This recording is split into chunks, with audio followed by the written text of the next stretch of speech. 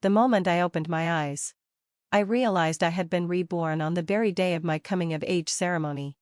The day the true daughter came to claim her place. Without hesitation, I packed my belongings and prepared to return to my birth parents' home. My adoptive mother panicked. My adoptive father regretted. And even my former fiancé came to pester me again and again. I am Mylin, daughter of the Prime Minister's household. On the day of my coming of age, the midwife who had delivered me years ago brought a girl named Yar into the Prime Minister's manor, claiming she was the true daughter. In my previous life, on that same day, I had done everything in my power to keep Yar from entering the manor's gates. Yet, it was precisely that desperate resistance that made my adoptive parents despise me. After all, I had been raised by them for 16 years, how could they simply cast me aside? To placate me, my adoptive father allowed me to remain in the household. While Yarn was officially welcomed as the second young lady, my birth parents were merchants. In my past life, I had refused to acknowledge them. I thought merchants were lowly. And as the daughter of the Prime Minister, to recognize such people as my parents felt like a disgrace. When Yarn returned, my adoptive parents adored her deeply. To make up for her lost years, they gave her the finest things, better clothes, better jewels, and even bestowed my betrothal upon her. A crown prince and I had grown up together, childhood sweethearts, with an engagement arranged since we were young, awaiting only my coming of age to wed. But now, the true daughter had returned, stealing not only the affection that once belonged to me, but also the heart of the crown prince, who had once sworn eternal devotion. Before others, she was gentle and pure, like a timid white rabbit. Behind closed doors, she provoked me at every turn, declaring that she would reclaim everything that was rightfully hers. In my desperation for my mother's affection and the prince's favor, I lost myself. I schemed. I fought. I used every means I could, but in the end, I lost to blood ties and profit. Yarn was the true daughter of the Prime Minister's manor. My adoptive father pitied and cherished her. My adoptive mother shielded her in everything. To compensate for her years of suffering, they handed over everything that once belonged to me. The crown prince, seeking my father's political support, agreed without hesitation to change his betrothal to her. My adoptive father, to protect Yarn, cast me out of the manor and severed all ties with me. The crown prince, too, humiliated me before a crowd, cursing me, vowing never to see me again. When my birth parents took me home, they urged me to let go of the past, to start anew. But I believed even they favored Yarn. Men were unimportant and trustworthy, but I had been too blind to see. I only saw how everyone loved her more than me. Even my biological brother took her side, refusing to acknowledge my existence before others. In rage and despair, I stormed into the Prime Minister's manor on their wedding day. I confronted the crown prince, demanding to know if all his vows of love had been nothing but lies built on status. Words spilled uncontrollably from my lips, everything that should not be said. I became a madwoman in the eyes of the crowd. I was slapped across the face, publicly humiliated, and beaten to death by the prince's guards, while my adoptive parents stood by, silent. In my final moments, regret filled me. Titles, love, purity of lineage, none of it mattered. None of it was worth losing myself. Mother, I'm sorry. I should have listened to you. I was wrong. If only I could bite again, I would never make you grieve. Perhaps my remorse moved the heavens, or perhaps my unwillingness to die did. Because I was reborn, given a second chance, I would no longer fight for love or pride. I would no longer make myself the cause of sorrow for those who cared for me. When I opened my eyes, my maid Cuir was calling urgently. Miss, please wake up.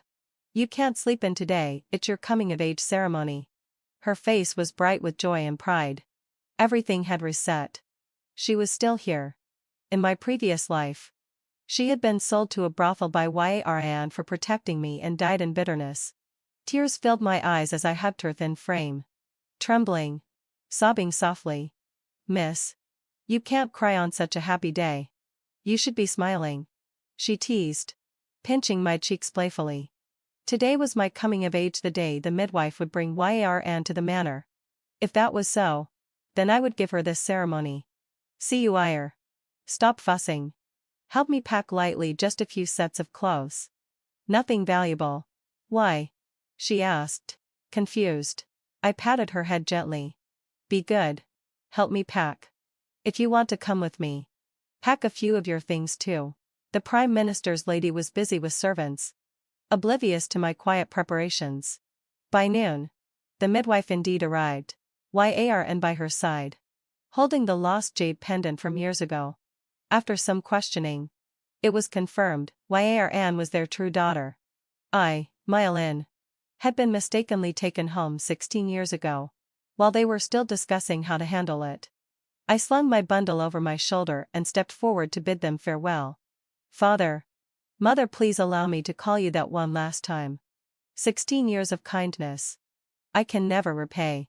But my real parents have just lost their daughter. I wish to return to them and serve by their side. Everyone was stunned.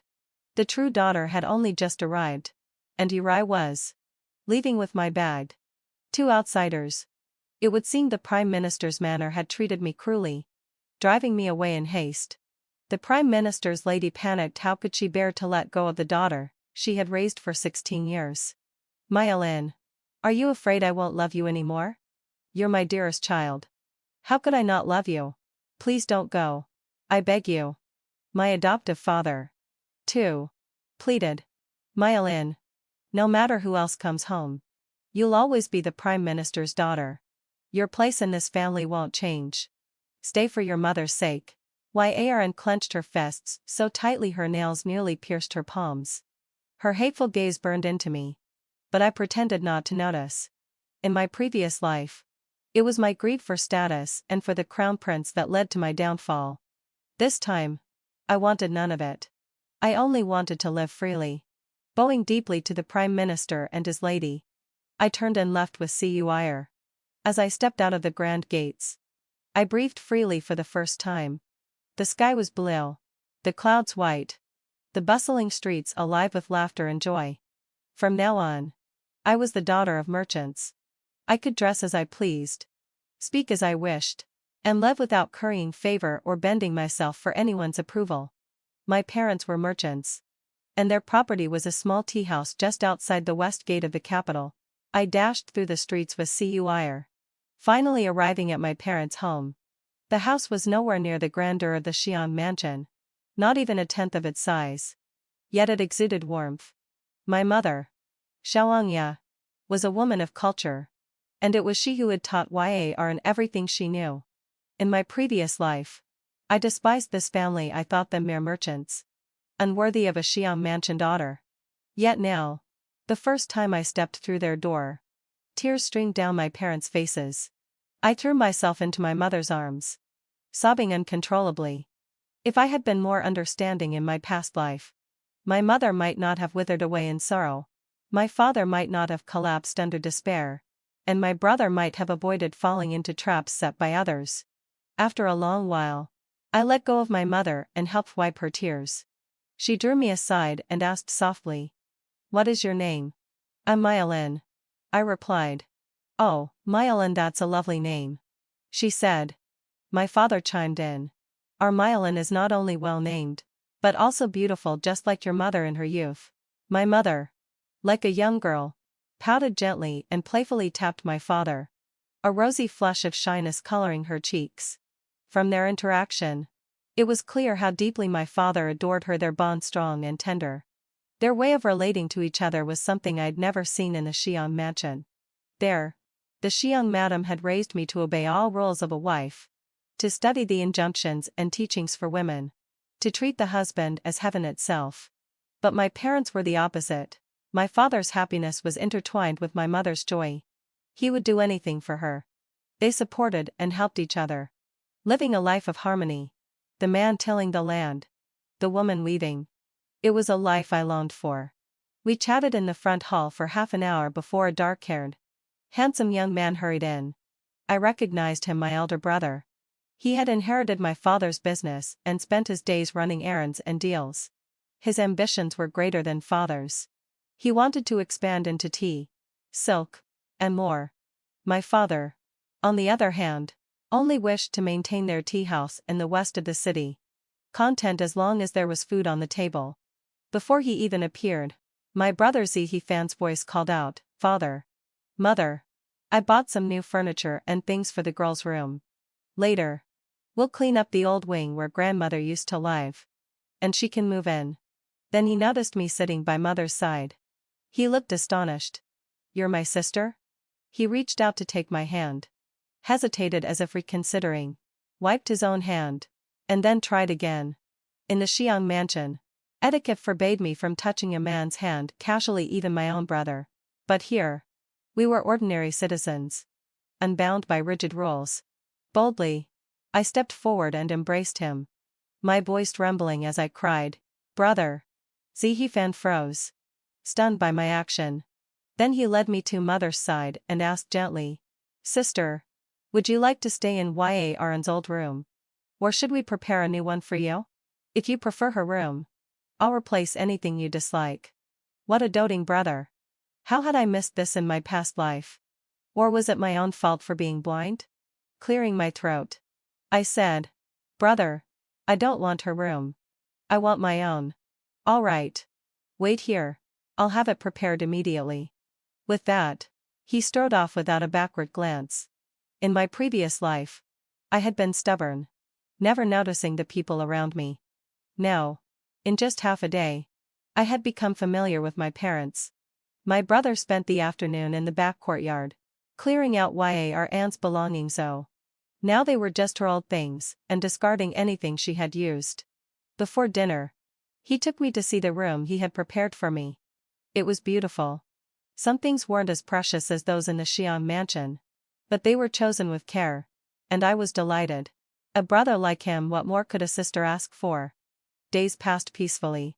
When idle, my mother took me shopping, buying me the finest of everything. My brother, meanwhile, sailed south, returning with all manner of trinkets, cosmetics, and exquisite silk embroidery I had never seen before. But my favorite was the sandalwood hairpin my brother gave me. It carried a subtle fragrance and was crafted with such skill that it was clearly the work of a master. He said my eyes were sharp, able to spot good things at a glance. 2 weeks slipped by in this way, until suddenly a carriage from the Xiang mansion pulled up at our door. It was Xiang Yi and his wife, and old Wen unloaded a number of items, which my mother politely declined. In my previous life, they had witnessed my death without even flinching. What could their purpose be now? Uneasy, I followed my mother inside, watching the Xiang couple perform their act. Xiang Yi glanced at me, standing obediently, and asked with feigned concern, "Mylin, are you comfortable living here?" I nodded, replying formally, keeping them at a distance, "Xiang Yi, I am accustomed to living here. I apologize for worrying you." In the past, I would have cried and begged to return. But now was different. Having faced life and death, this minor hardship was nothing, especially with loving parents here. The Xiang madam's face faltered, a hint of unease showing through. She asked timidly, "Mylin, your mother misses you so much. Can you return with her? You are the daughter of the Xiang mansion, now reduced to a merchant's girl. Your mother knows you have suffered, and she's come today to bring you home." Xiang Yi echoed her, "Yes. Mylin, your mother has longed for you." Unable to eat or sleep properly, my heart ached. After 16 years, how could I abandon my parents now? Yet I could not go. I had parents here as well, and I had to stay to fulfill my filial duty. I remembered that in my previous life, they had initially hesitated, then became cruel after Yarn arrived. Everything had changed after that. I gazed at the madam's increasingly thin face and knelt deeply, bowing 3 times with solemnity. "Xiang Yi, Madame, will my name and my, the 16 years of your care will always be remembered. If there is ever anything I can do, Mylin will do her utmost." My stance was clear and unwavering. I refused to return. Unwilling to set foot in that household again, unwilling to repeat the past. I thought sending off the Xiang couple would restore my life to normal. I was wrong. I had underestimated human greed. And I had underestimated Yarn's cunning. One reason I could be betrothed to the crown prince was the influence of the chancellor's household. And the other was my unparalleled reputation in the capital. I had beauty. I was educated and refined. Skilled in music, chess, calligraphy, having fulfilled my ensai, and painting proficient in every accomplishment. At 9 years old, I had dazzled at a palace banquet, catching the empress's attention. Over the years, she had continued to cultivate me with her elegance and refinement. Now that the prime minister's household suddenly had a new daughter, the crown prince refused to accept it. His perfectly good Xianxia was gone, replaced by the daughter of a merchant, and that he could not tolerate. Facing the reality of the crown prince's withdrawn engagement, the prime minister panicked, and his wife even more so. Their son, Gong Weiyao, was utterly at a loss. In a desperate attempt to salvage the marriage alliance, the prime minister and his wife came personally to beg me to return. I refused. Perhaps in my previous life, it was because I had caused such a commotion that Yarn found her opening turning the crown prince's affection into disgust, and even making the empress doubt my character. But in this life, I had chosen not to fight. Ironically, cutting fulfilled my ensai. That made them more eager than ever to keep me shackled at their side. Yet I had no intention of being bound again. One day, while helping my father at the tea house, I overheard the heir of Marquis Jingyuan, the son of the Minister of Works, and the second son of the general's manor chatting idly. The minister's son, Jinghua said, "Have you heard? The crown prince knelt before the palace for 2 days and nights, begging his majesty to rescind the engagement." The general's second son, Guou, snorted, "They're both daughters of the prime minister's manor. What difference does it make who he marries?" "That's not true," Jinghua countered. "The former Milan was the paragon of noble ladies in the capital. As for this one, if it were me, I wouldn't marry her either." "Why not?" Guou asked, puzzled. "The current prime minister's daughter may have merchant's blood, but that's not the issue. Just the other day, she met the empress in the palace and committed one blunder after another, no grasp of etiquette, only flaunting her new title. I also heard she beat several of her maids to death merely for talking back to her, thinking her new status gave her the right." Guou clicked his tongue. As expected of merchant stock, eyes full of gold, hearts void of virtue. From the next private room, I listened in silence. Though their disdain for merchants disgusted me, I could not deny that their words held a trace of truth. My mother was an educated and refined woman, though her maternal family were not merchants. She had been born a concubine's daughter in a declining household and married my father out of necessity. She once told me that before Yarn returned to the prime minister's manor, she had not been as domineering and insolent as she was now. Perhaps she relied too much on the prime minister couple's guilt. After studying my emotions, I pushed open the door to leave and came face to face with the heir of Marquis Jingyuan. Shuyanor. What a coincidence," I greeted awkwardly. Once, aside from the crown prince, Shuyanor had been the only man I spoke to. The three of us grew up together. The crown prince was always proper and rigid, bound by decorum. Shuyanor, by contrast, was free-spirited and wild, following only his whims. Back then, I had to act composed and dignified every day, molding myself into the perfect future crown princess. Yet deep down, I longed to live as Shuyanor did, to ride to the western winds, wander the spring fields, catch fish in summer streams, climb trees for autumn fruit, and hurl snowballs in winter battles. Only with him could I truly be myself. Only before him could I breathe freely. Shuyanor seemed surprised to see me there, but after recalling that my parents were merchants, he seemed to think it only natural. "Myelin, is this your father's establishment?" "Shuyanor, you're as clever as ever. One guess, and you got it right." He smiled faintly, then teased, "So, won't you invite me for a cup of tea?" How could I refuse, when Shuyanor himself asks?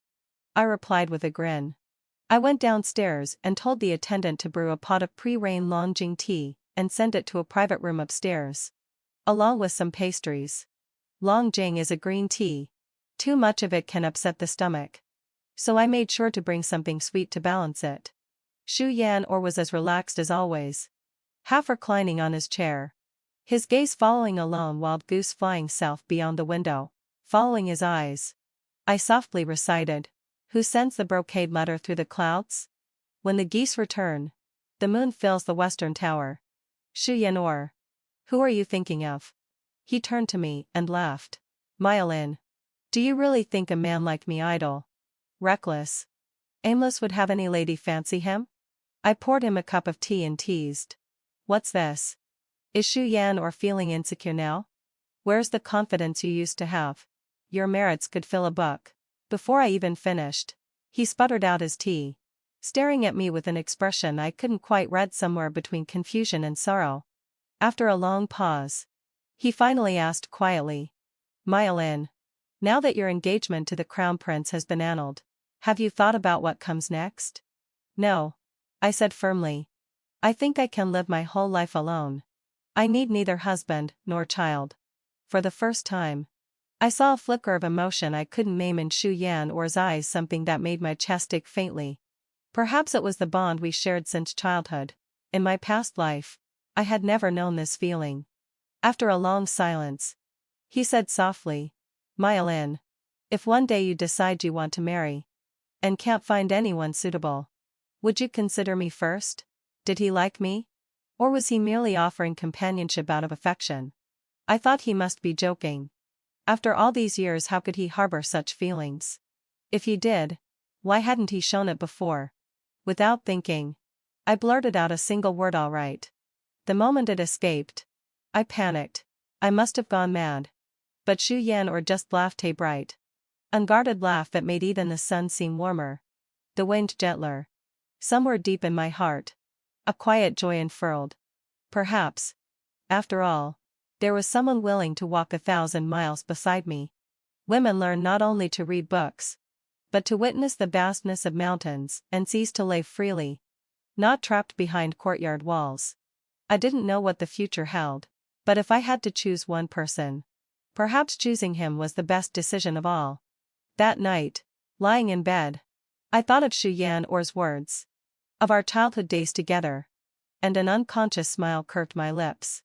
Perhaps word had spread that I'd seen Xu Yan or perhaps the crown prince simply couldn't let go because he appeared at my home in person. "Myelin, have you been well? I've missed you dearly." Disgust churned in my throat. How dare he? This was the same man whose guards had beaten me to death in my previous life. Back then, Yaron had wept in his arms, accusing me of bullying her and conspiring with other noble ladies to torment her. A few tears, a trembling voice, and he believed her. He scolded me publicly, humiliated me, condemned me without question. Was it truly because I had stolen what was rightfully hers? No one knew how much I had sacrificed to become his crown princess. While everyone else was out enjoying food and festivities, I practiced the zither and refined my calligraphy. When others were celebrating, I was learning women's handiwork, through biting cold and harsh weather. I never missed a single day. Everything I achieved through relentless effort. Outsiders assumed I had been born with. Yet the crown prince believed it was a gift from him. Everything that should have belonged to Yaron, I had returned. What wasn't hers, I had given to, and yet he still believed her lies. The harder I fought, the more resentful I became. The more I resisted, the more I lost. Those things I had gained, and even those I had never had, all vanished. And I paid with my very life. I maintained a cold expression and said lightly, "Your Highness, I am living very well. No need to trouble yourself with me." I refused him. My stance had changed. Panic flashed across the crown prince's face as he hurriedly asked, "Are you not well?" "I have been busy with state affairs and could not seek you out. But now that I am here, if you are willing, I can petition the emperor immediately. Our wedding can take place at once. You will still be my crown princess." I let out a bitter laugh. A powerless, hadn't fulfilled my sigh. Unsupported crown princess, what emperor would accept such a match? Did the crown prince not see reality? No. He was the most calculating of men. His offer likely relied on Xiangyi being my foster father, mutual benefit for both sides. Of course I realized it. So I decisively rejected him, "Your Highness, Please choose your words carefully. I am merely the daughter of merchant Shao. Could I ever be worthy of you? The sovereign? I beg you not to speak recklessly. Mylin. Is it that I have not treated you well enough? Don't refuse me like this. The crown prince advanced, gripping my hand tightly. His face contorted with anger. Fear surged through me. I struggled to free myself. And in my desperation, I shoved him with all my strength, almost sending him sprawling to the ground. He staggered back, barely maintaining his balance. Perhaps he realized his behavior was improper, that he had offended me. Or maybe his patience had simply run out and he refused to beg any longer. He left in a huff, warning he would return. I was still trembling from the ordeal, barely registering his words, assuming them to be mere threats of anger. Why had I never seen this obsessed, irrational side of him? Was it because I had always been compliant, like a gentle lamb, never opposing him? Now that I defied his wishes, he could not tolerate it? I shook my head to clear the lingering fear, steadied my emotions, and made my way toward the tea house.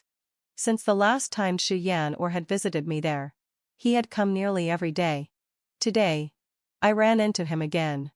This time, it was the three of them. They had all been taught by the same grand tutor as children and had grown into a tight-knit trio. Unlike before, I did not hide in the next room to eavesdrop. I sat openly with them, listening as they recounted the latest amusing events in the capital. Naturally, having fulfilled my absai. The topic that drew the most attention was still the love triangle between Yarn, the crown prince, and myself. The stories always revolved around Yarn's small efforts to pursue love. I had seen enough in my past life and found them uninteresting now. Suddenly, Jinghua El Mensch and the Double Ninth Festival. When the palace traditionally held a banquet for the ministers and their young heirs, I remembered that on the festival day in my previous life, something significant had happened, an event after which the crown prince's attitude toward me changed completely. I tried to recall exactly what had occurred, but it eluded me. Xu Yan noticed my absence mid caution, and, thinking I was sad because I could not attend the banquet, comforted me. Mylin. The palace banquet is meaningless, just a bunch of ladies gossiping. It's better not to go. I don't want to attend either. Hearing this, Guo Yu and Jinghua El nodded in agreement, casting me sympathetic looks. Assuming I had not yet recovered from the loss of my engagement, I forced a smile, clarifying, I don't care about attending the banquet. I dislike such gatherings. I was merely pondering what amusing incidents might occur this year. Xu Yan stroked my head, smiling. What could happen? It's the same every year. Nothing different. His gaze was both intense and gentle, refusing to leave me for even a moment. In his eyes, there was nothing but affection. Suddenly, my head throbbed. I felt as if I had seen such a gentle gaze somewhere before. Fleeting, unfamiliar images flashed through my mind, a sea of chrysanthemums. Yarn. The crown prince, expressions of hostility on their faces. They had scolded me. What had they said? I could not recall. All I remembered was that after they left, Xu Yan had appeared beside me. He told me he trusted me, promised me a better life, that there was no need to concern myself with the crown prince. What exactly had happened in my past life? Why had their attitude shifted so drastically? Why had I spiraled toward ruin? What had I forgotten? The images I glimpsed were clearly from the Double Ninth Palace banquet. No matter, I had chosen to live again.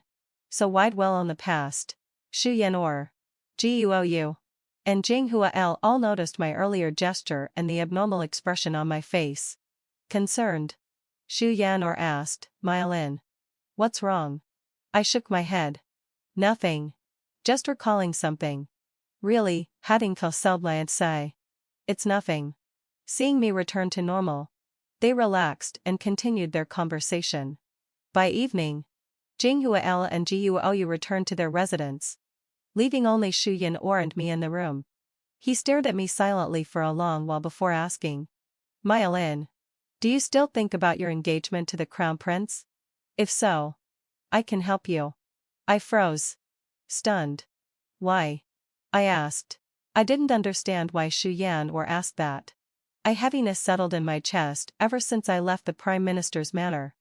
I had a band and that engagement. Muin. Just now I saw your pain. Are you giving up the crown prince because of your status? Yarn. She doesn't deserve him. Xu Yanor's words were sharp, almost awkward, as if he had only just learned to speak his heart. Yes, heading fulfilled my session. I heard the quiver in his voice. The helplessness. The reluctance, but I was truly innocent. Xu Yanor. Let me be clear, I said firmly. From the day I left the Prime Minister's manor, all past grievances are smoke in the wind. I won't look back. Nor do I feel any attachment. I voiced the thoughts in my heart. For some reason, I didn't want him to be sad or to misunderstand me. We stood silently, our eyes reflecting one another. A shared smile passed between us, saying more than words ever could. When we grow up, I'll ride a white horse and take Mile-in on journeys across mountains and rivers, tasting all the world's delicacies. All right. Xu Yanor. You mustn't break that promise. Two childish voices echoed in my memory. Yes, before the Crown Prince entered my life, I had already known Xu Yanor. Time passed swiftly. After the day the Crown Prince left, he didn't trouble me again. Slowly, my affairs faded from the capital's gossip. One afternoon, I sat with my mother under the osmanthus tree in our courtyard, the fragrance filling the air. Yarn burst into the rear garden with her maid, and upon seeing me nestled against my mother, she jeered in envy. Oh, how touching a mother and daughter. Truly befitting a merchant's daughter, you reek of copper coins. All of you. I could not have imagined that she would insult not only me, but also the woman who had raised her for 16 years. I stood and retorted sharply. Yes. Our family smells of coin. But in these 16 years, while eating, drinking, sleeping, and living here, how come you never noticed? Are your senses gone? You. I. You what? I what? If you think this place reeks of money, then leave. Don't block the view. I shot back without restraint. Her composure faltered, and she muttered weakly. I came back to see my mother. Unlike you, whose parents raised you for 16 years. Yet you leave without a glance back, heartless and ungrateful, claiming to be the paragon of noble ladies in the capital? So this was her attempt to shame me. In my previous life, she had wanted me back in the manor, forbidding my presence before the Prime Minister and his wife. Now, after my rebirth, everything had changed, but this remained her excuse for humiliation. Strange indeed. I sneered, calm and deliberate, and asked, You want me to return to the manor? To continue being their daughter? Aren't you afraid I'll take your favor? Yarn stepped back, her eyes flickering with panic and fear. Yes, she was afraid. If I returned, not only would the Prime Minister and his wife's favor be at stake, but even the Crown Prince's engagement could slip from her grasp. I had guessed correctly, she sought to humiliate me. In that case, perhaps I should claim a little interest. If Miss Yarn wants me to visit them, how could I refuse? You're right, they raised me for 16 years. Such a debt I can never repay in this lifetime. Oh, I remember now. That day, the Prime Minister and his wife came to me. They said I was their dearest daughter. Even the Crown Prince came, saying he would petition the Emperor to arrange the marriage. They treat me so well. How could I be cold and distant? I should return, it's all rightfully mine. I spoke on, ignoring the furious expression darkening Yarn's face. She had been enraged, unable to deliver further insults, and spun on her heel to leave. Throughout, she had never spared my mother a glance, let alone a greeting. My mother sat beside me, watching our verbal sparring silently. She had raised Yarn for 16 years. Yet Yarn wouldn't even offer a courteous word had she been a dog. It would have wagged its tail in recognition after 16 years. Indeed, how could she compare to a dog? Dogs are loyal. And yet, she was less than that. These days, as long as no one came to trouble me, having fulfilled my obsession, I could enjoy my stolen hours of leisure. As the saying goes, what you fear comes to pass. 2 days before the double ninth banquet, The palace sent an invitation issued by the empress herself. Why? What charm could a merchant's daughter like me possibly hold to merit an invitation from the lady of the inner court? My mother had never attended a palace banquet before. Fearing she might falter and misstep, I chose not to bring her. This year's banquet was like any other. Except for the chrysanthemums. Blooming late and more beautifully than ever. As if they were competing in splendor. The double ninth banquet was jointly hosted by the emperor and empress. And my seat, as in previous years, was next to the princess. I frowned. Surely a eunuch arranging the seats had erred. A merchant's daughter sitting beside a princess, such audacity. I moved toward the back, finding a corner to sit alone. Everyone looked puzzled at my actions. Exchanging glances. These were former friends and sisters of mine. This display, alas, having so soothe my Xianxia, was humiliating. His Majesty arrives. The Empress arrives. A scream rang out. Everyone quickly knelt. Shouting in unison, "Long live the Emperor! Long live the Empress!" "Rise!" boomed a solemn, commanding voice from above. All offered thanks and rose awkwardly. When everyone had seated themselves, the Empress's gaze swept to my place. Seeing the empty seat, she asked, "The young lady of the Prime Minister's manor, is she not here?" Yar and quickly stood. Her pride evident. "Your Majesty, I am here."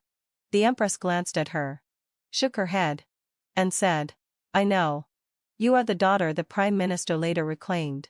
I asked about Myelin. I understood the Empress was addressing me. For survival, I had no choice but to stand. Your Majesty, Your Majesty. I am here." My clear voice rang through the hall, drawing every gaze toward me once more. "Oh, Myelin. Why are you sitting at the back? Come. Come and assure-moi terre. This seat was arranged for you." The Empress urged. The seat? Could I dare sit there? So many daughters of officials and noble families were lined up behind me. Was this just putting me on display? Roasting me alive? Well, no matter, I had chosen to sit at the back, so I would face reality with courage. I answered the Empress timidly. "Your Majesty, Your Majesty. I am merely the daughter of merchants. I must not break protocol by sitting in front." Though my voice was small, every corner of the hall could hear my blatant disrespect. Having spoken, I trembled uncontrollably. I was scared. I had just reached the palace and knew nothing of etiquette, yet I had only followed the rules. I cherished my life. The Empress's face turned a deep shade of iron. Clearly, she was angered, furious. And all because I dared follow protocol instead of obeying her. The Emperor, sensing the awkward tension, allowed me to sit in a corner to diffuse the situation. The palace banquet began, with attendees displaying their talents: music, chess, calligraphy, having fulfilled my Xianxia, painting, singing, dancing, even the challenging art of shadow puppetry. I had little interest in these performances and quietly slipped out of the main hall, heading toward the chrysanthemum garden. Plum blossoms bloom in the cold, unyielding. Orchids, pale and fragrant. Humble gentlemen. Bamboo endures winter. Upright and resilient. Chrysanthemums brave frost alone. Serene and unbending. Facing the golden sea of flowers. I murmured to myself. No sooner had I finished speaking than a clear, crisp applause came from behind me. "Brother Xianxia, what are you doing here?" I turned to see him smiling warmly. "It was stuffy in there. Seeing you sneak out, I followed," he said, laughter dancing in his eyes. We strolled together through the blossoms, reminiscing about our childhood. He reminded me how we used to play house, and that I had promised to be his bride one day, though I was too young to remember it then. Why did he bring it up now? Last time, he had told me to consider him first. Could it be that I am the one he loves? I gazed at the boy speaking so earnestly, his cheeks flushed by the sunset, and mustered the courage to ask, "Brother Xianxia, do you have feelings for me?" He paused, then tenderly stroked my head, his voice gentle. "Myelin, ever since you promised to be my bride, my heart has belonged to you. All these years, while you followed the crown prince, I pretended not to care, so that you could be happy. Love, can it truly be hidden? No looking back. I had trailed after the crown prince, unaware that Xu Yan had always followed me. Not the prince. He was circling me all along. Once, having fulfilled my obsession. When the daughter of the minister's household made me cry, he had also made her cry. Once, when the third prince pulled my hair, he grabbed the prince's hair in return. In hindsight, all the signs were there. He had cared for me all along. In my past life, how blind I had been. Rejecting such a man for that faithless wretch. Tears streamed down my face as I threw myself into Xu Yan's arms, broad, warm, safe. A sudden bang came from behind the artificial hill. Startled, we approached to see what had happened. I saw a bloodied body sprawled near the hill. The wound still bleeding. Her chest rising and falling. She was alive. I wanted to help, but my head throbbed with pain. Sharp and relentless. And vivid memories from my past life surged forth. I clutched my chest, burying my head in my knees, biting my arm to steady myself. Xu Yan held me, soothing my panic with soft words. Don't be afraid. I'm here. I'm here. Just those 3 words stabilized the storm of fear inside me. Tears filled my eyes. I remembered everything. The injured woman before me was the crown prince's wet nurse. In my past life, she had also been murdered on this very day. Back then, I had been strolling alone to the flower garden, overhearing the commotion before daring to approach. Initially, Henin fulfilled my obsession. The wet nurse was still clinging to life. Just like now. I wanted to call for help, to save her, but she gripped my hair with deathly force, giving me no chance. She never let go until the end. When she died, palace attendants reported to the empress. Upon arriving, everyone saw me struggling with her hand and assumed I had killed her. Some even claimed they saw me arguing with her, and that I had thrown the murder weapon into the grass. When the weapon was recovered, it was the dagger the crown prince had given me for protection. Thus, I was accused of murder on the spot. The crown prince, ignoring all evidence, berated and humiliated me. I tried to defend myself by invoking our engagement. But in the end, he resolved to annul it and marry Yarn instead. In my past life, how foolish I had been, constantly seeking the crown prince's trust while drowning in grief over losing him. Ignoring the palace maid who had falsely accused me. And my dagger, how had it ended up in the palace? Someone must have framed me. Who had the opportunity to take it and provoke me to leave the main hall? Yes. I had overlooked a critical piece of information. Your Ani had willingly stepped aside. Yet you still clung to it. Ignoring the wet nurse's body, I relied on my past life memory to retrieve the dagger. Seeing no one around, I threw it into the river and grabbed Xu Yan to run. With no evidence left, this assassination could only be traced back to the perpetrator. This time, I wanted to see how the crown prince would avenge his wet nurse. After leaving the artificial hill, Xu Yan and I sat in the chrysanthemum sea, having fulfilled my obsession. Chatting leisurely, unconcerned with onlookers or who might discover the wet nurse's body. An hour later, the patrolling soldiers finally discovered the disturbance. Suspecting an assassin, they went on full alert. After a long while, the empress and the crown prince arrived, accompanied by a grand entourage and among them. When the crown prince learned that the deceased was his wet nurse, he flew into a rage and shouted to the eunuchs beside him. Investigate this thoroughly. He was nearly hysterical. It was just a wet nurse. Why such deep grief? Such erratic behavior? Perhaps in the depths of the palace, a wet nurse had offered care no one else could provide. After 2 hours of questioning, attention fell on a palace maid named Yor. The empress ordered a search both of her person and her quarters. Amid the guards' chaotic rummaging, they found some valuable items in Yor's room.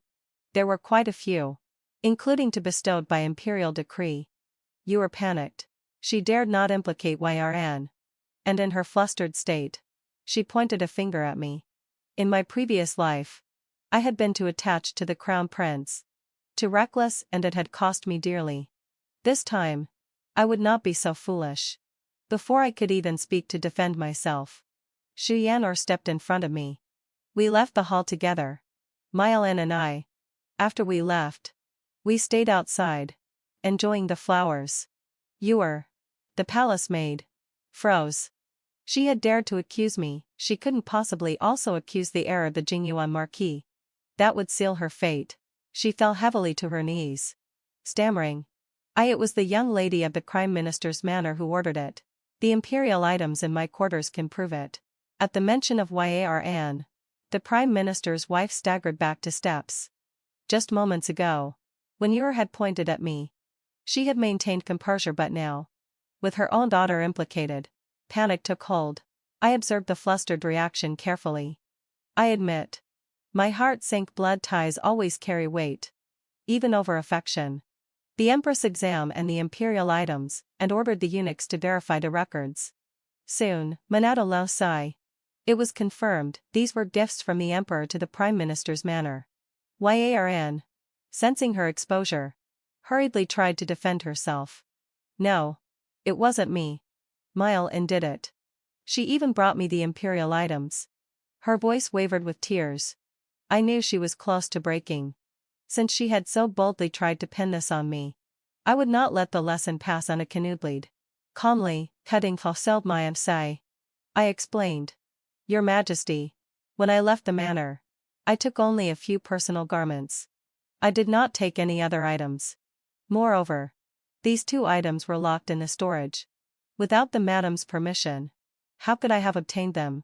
Combined with Xu Yan'or's testimony, the Empress believed me utterly. She turned her gaze to Yarn, scolding sharply. I never imagined that the esteemed Prime Minister's manor would allow such a reckless daughter to wreak havoc in the palace. The crime is grave. In respect to the Prime Minister's diligent service, I will report this to the Emperor before deciding on the punishment. Detain Yarn immediately. The guard stepped forward and took Yarn away.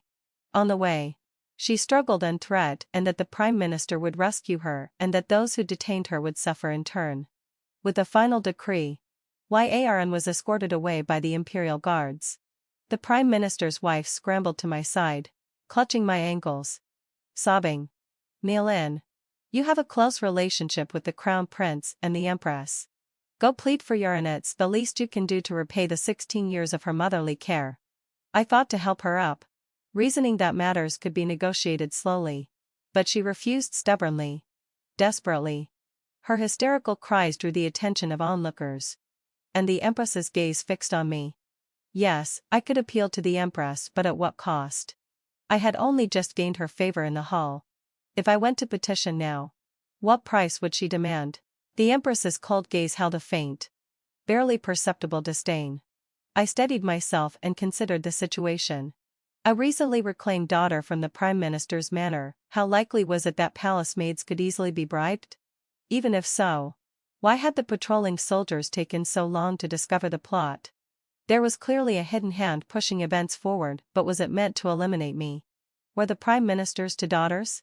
Before I could react further, the Prime Minister himself arrived in haste. He must have run too quickly, for sweat beaded on his forehead. Through the crowd, I saw his wife kneeling at my feet, softly sobbing. The absurdity of a foster mother kneeling to a foster daughter stunned him into action. Without asking for the facts, he waited for me to approach. I froze, my feet forgetting to move. I stared at the man who had once spoiled me, now ready to strike without reason, and despair consumed me. Just as his large hand was about to descend upon my pale face, Xu Yan'or shoved him aside, positioning me safely behind him. His eyes blazed with a threat as he addressed the Prime Minister.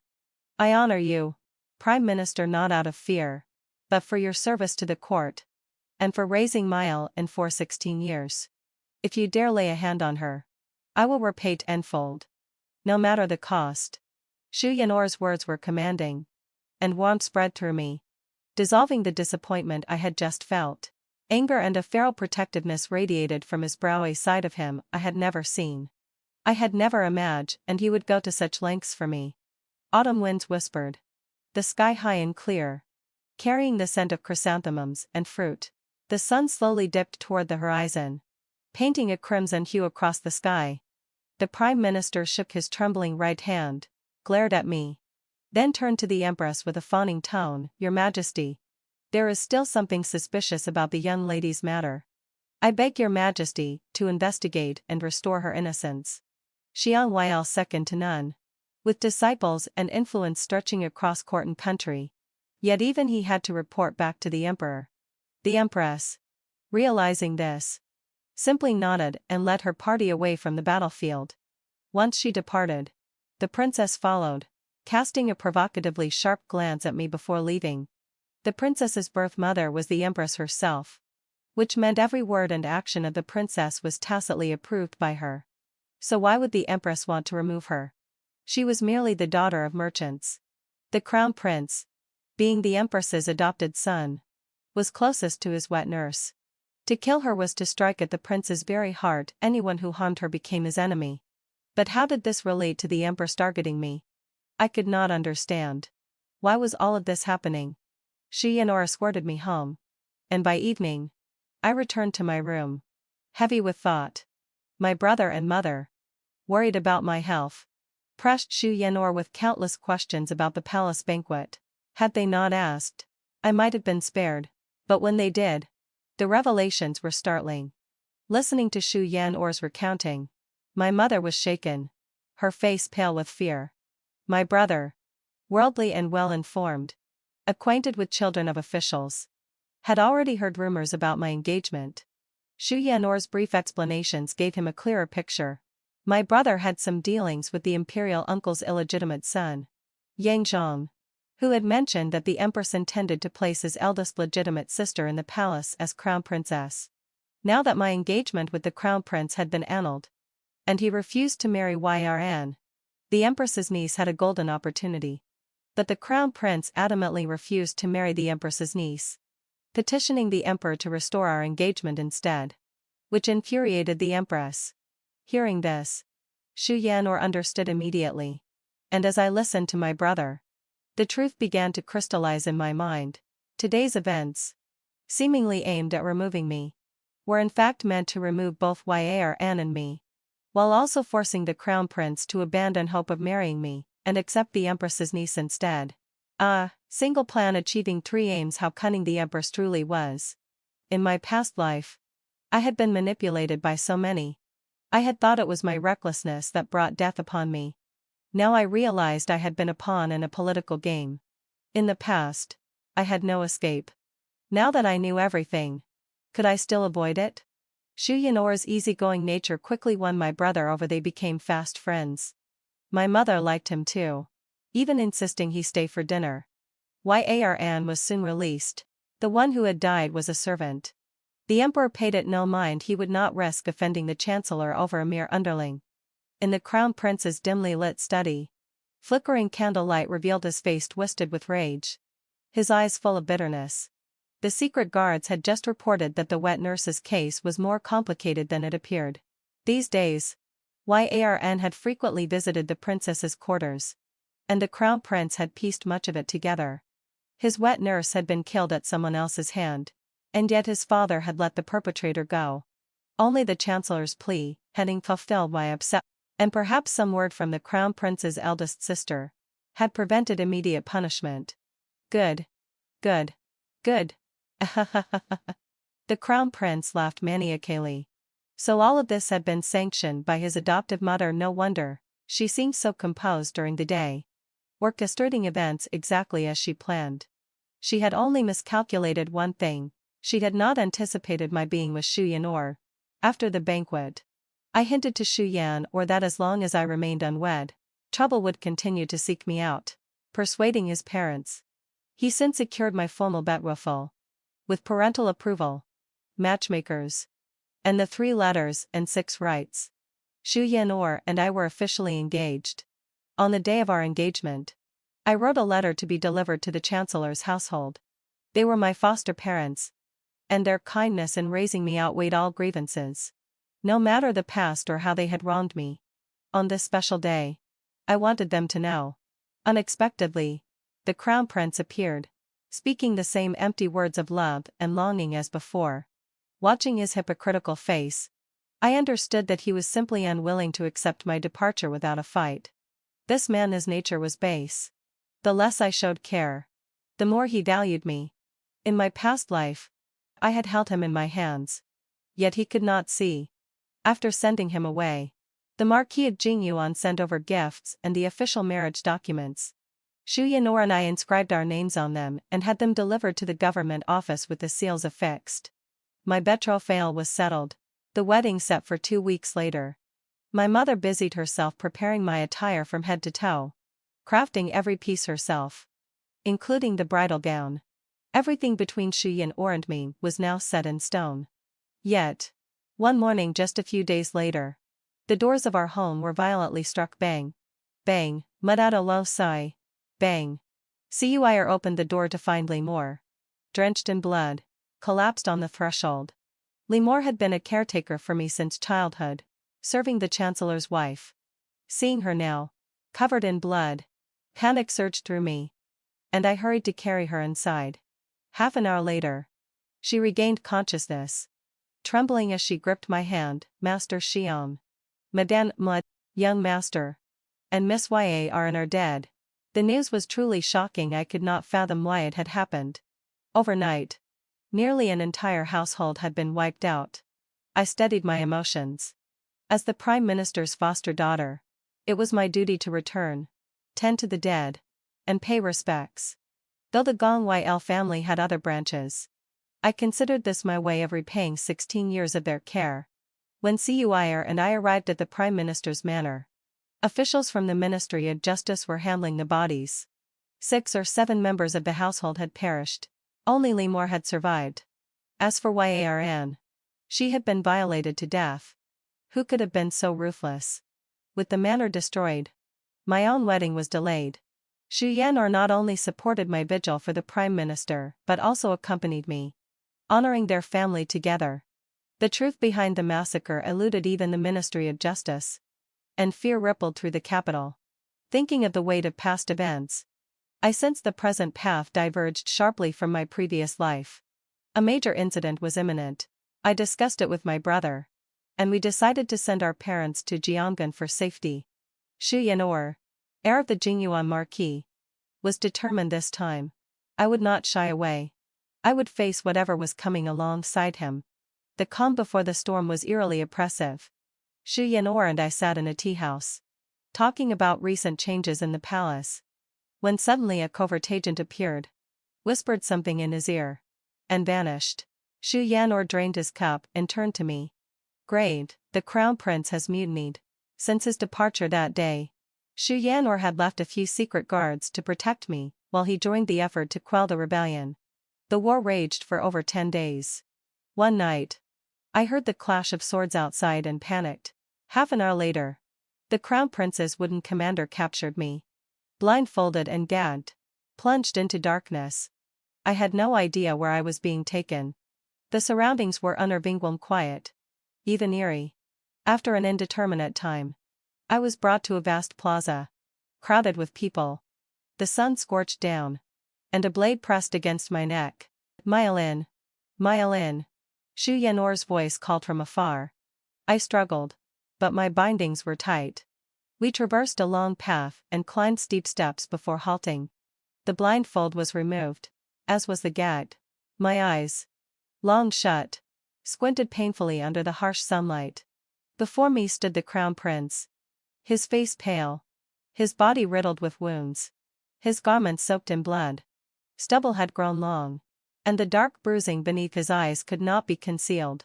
If it were my previous life, perhaps I would have felt pity, but now, all I felt was that he deserved it. And here he was, dragging me along without a clue as to his intent. He pulled me close and shouted to Xu Yanor. Xu Yanor, she's in my hands. If you lay down your weapon, I will release her. I met the Crown Prince's gaze. Xu Yanor stood firm, sword in hand. Reinforcements were few on both sides. The Emperor was shielded by the Jingyuan Marquis, and the contest now was which aid would arrive first. Near the Emperor lay the Empress's lifeless body. Perhaps she had been abandoned and in the fray. Torn between love and duty, Xu Yanor's brow furrowed. How was he to choose? Seeing Xu Yanor silent, the Crown Prince pressed the blade to my neck. Warm blood trickled down my fair skin. Vivid and horrifying. Let her go. How can you make her bear the burden of men's conflicts? Xu Yanor shouted in a frenzy. He had lost control. Without the guards restraining him, he might have charged recklessly. I wept. Never had I seen him so unsteady. In all my memory, he had always been composed. Now, panic consumed him. Fear gripped me too. If Xu Yan'er truly resisted, what fate would befall him under the brutal, ascending crown prince? And what of the people of the realm? I smiled, feeling the sunlight above for the first time as warmth that seeped into my very bones. I looked at Xu Yan'er and called out, "Brother Xu Yan'er, having you in this life is enough. May you be safe and joyful. I love you." Those words echoed across the sky. Tears streamed from my eyes. Yet I met the crown prince's blade with a smile. "No, Mylin." Both the crown prince and Xu Yan'er cried out as I fell. My vision blurred. And so, my life seemed to close. Without threat, Xu Yan'er channeled his grief into strength, swiftly crushing the rebels and restoring order.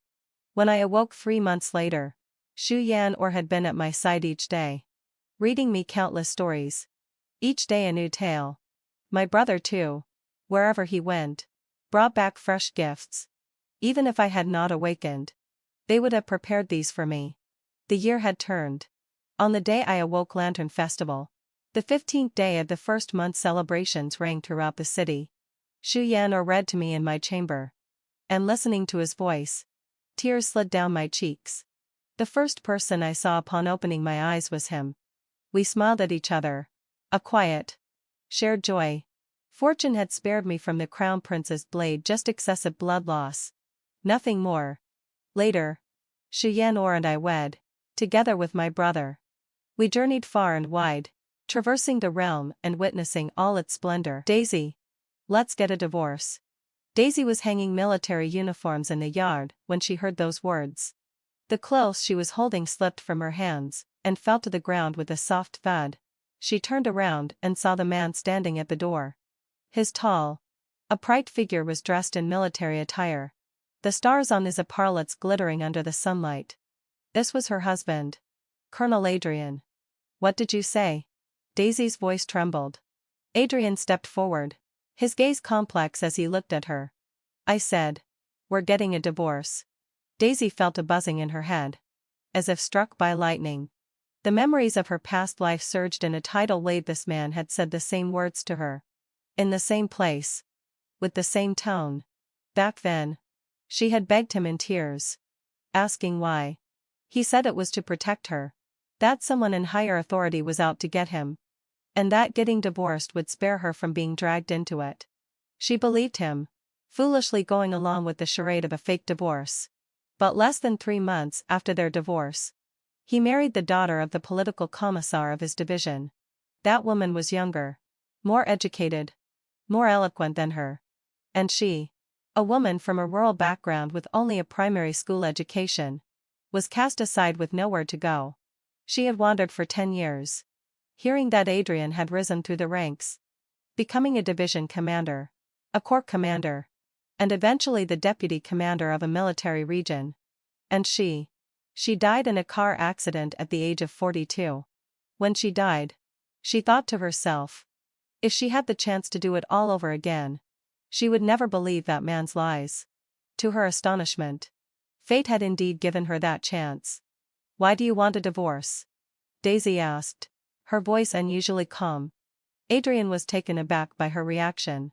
In his memory, Daisy would have cried, thrown a tantrum, and demanded endless explanations. But today, her eyes were disturbingly clear. "They're investigating me from above, and I'm worried it will implicate you," Adrian said, repeating the same old line. "The divorce is just a temporary measure. Once the storm blows over, we can." "Fine." Daisy interrupted him. Adrian froze. "What?" I said fine. I agreed to the divorce. "When do we go to handle the paperwork?" Daisy's lips even curved into a faint smile. This reaction completely caught Adrian off guard. He had expected a drawn-out struggle, had prepared a whole speech to comfort her.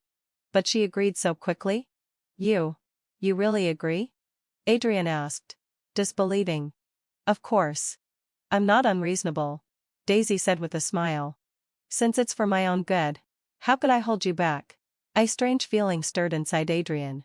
Something felt off, but he couldn't pinpoint it. Logically, he should be relieved that Daisy agreed so easily.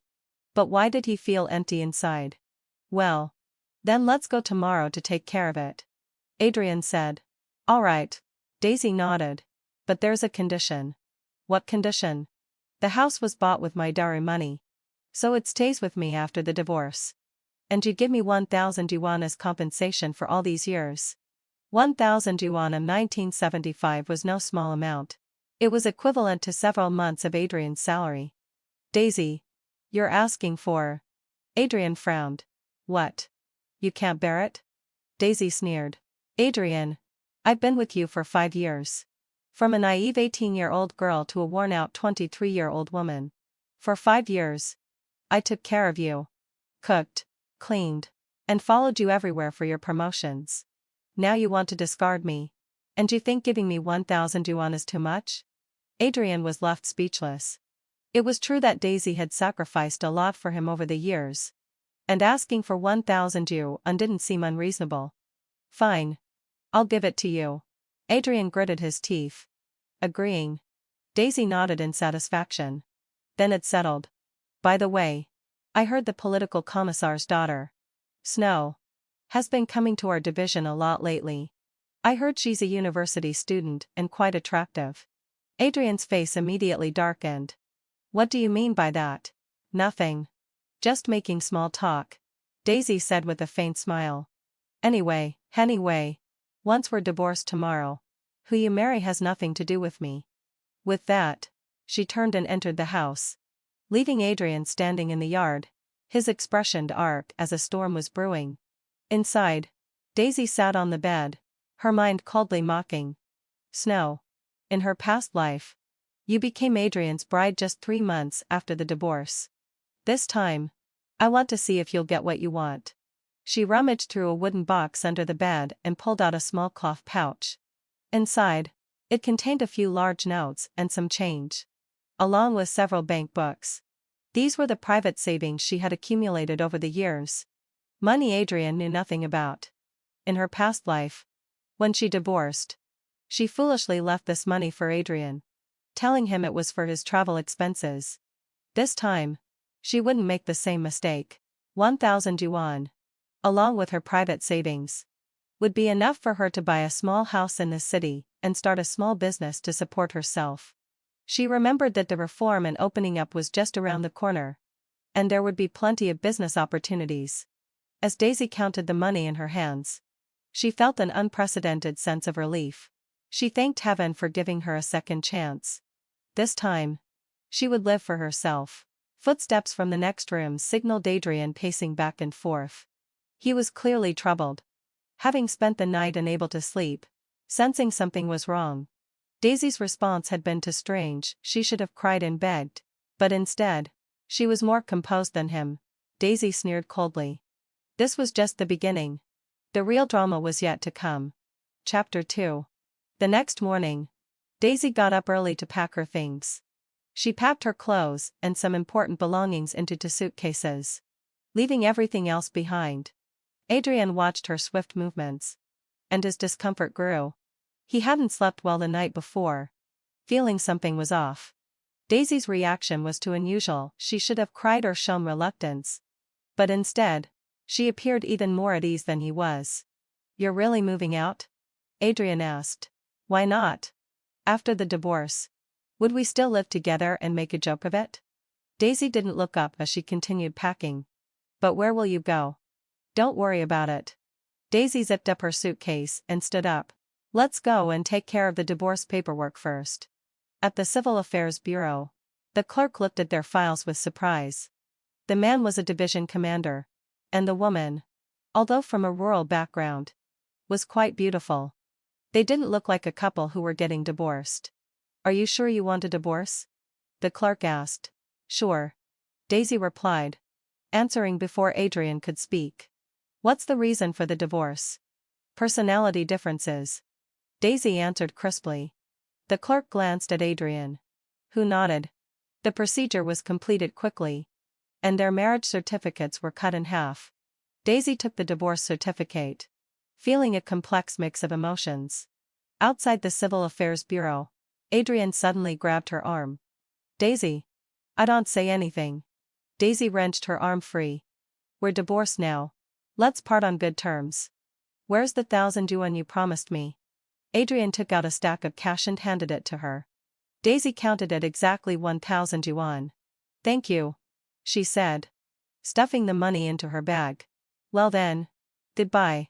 She finished speaking, grabbed her luggage, and walked away without looking back. Adrian stood rooted to the spot, watching her retreating figure, a sense of panic surging in his heart. He couldn't shake the feeling that this parting was different from all the others. In the past, whenever Daisy was angry, it would only take her a few days to come looking for him. But this time, Daisy went straight to the train station, her luggage in tow. She was heading to the provincial capital, where she remembered having a distant cousin. In her previous life, she had also sought refuge with this cousin. But at that time, she had been penniless and had received a lot of disdain. This time, however, things were different. She had money and a plan. She had bought a ticket for the afternoon train and sat in the waiting area, mentally planning her next steps. She had some connections in the provincial capital, not many, but enough to get her on her feet. As she was lost in thought, she suddenly heard someone calling her name from behind. Daisy? Is that really you?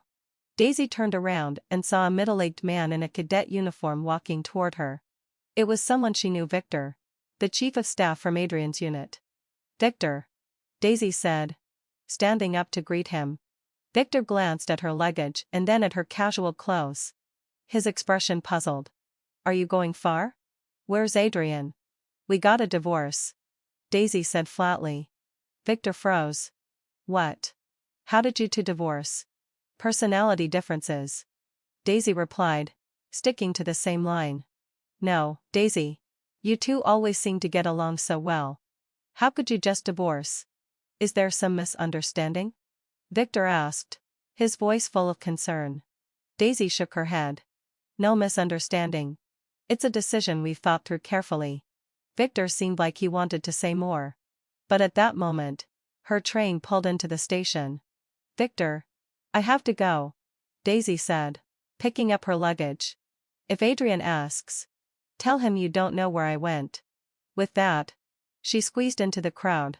Victor wanted to chase after her, but the crowd was too thick, and soon she was lost to his sight. On the train, Daisy found her seat and sat down. The scenery outside the window quickly faded as the train sped along. She knew that this time, when she left, she wouldn't be coming back. Adrian, I won't live as a widow for you this lifetime. If you want to marry Snow, go ahead. I wish you both a lifetime of happiness. By evening, Adrian returned home from work, only to find the house eerily empty. Daisy's belongings were gone. He searched every corner. Not even a teacup she had used was left behind. Suddenly, a thought struck him. He hurried to the kitchen and opened the small wooden box. It was empty. Daisy's secret savings were gone too. Adrian collapsed onto the bed, an overwhelming emptiness flooding his chest. The house, once familiar, now felt strange. Chapter 3. Heiress.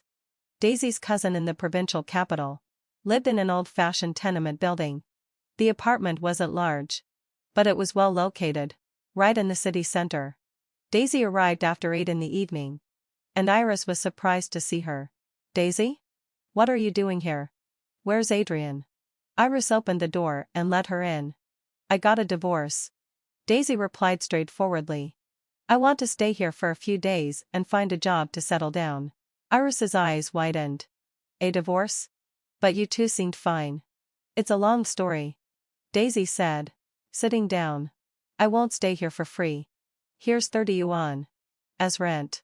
She took 30 yuan from her bag and placed it on the table. Iris's expressions off, and when she saw the money. Last time, when Daisy came to seek refuge, she had nothing and had been treated with coldness. This time, things were different. Money made everything easier. What kind of work are you planning to do? Iris asked. I'll start with a temporary job, then see if there are any other opportunities, Daisy replied. Iris nodded. We have a friend at the street office. Tomorrow. I'll take you to ask about it. The next day, Daisy found a job at the street office. Working as a temporary worker for the neighborhood committee. Mostly doing odds and ends.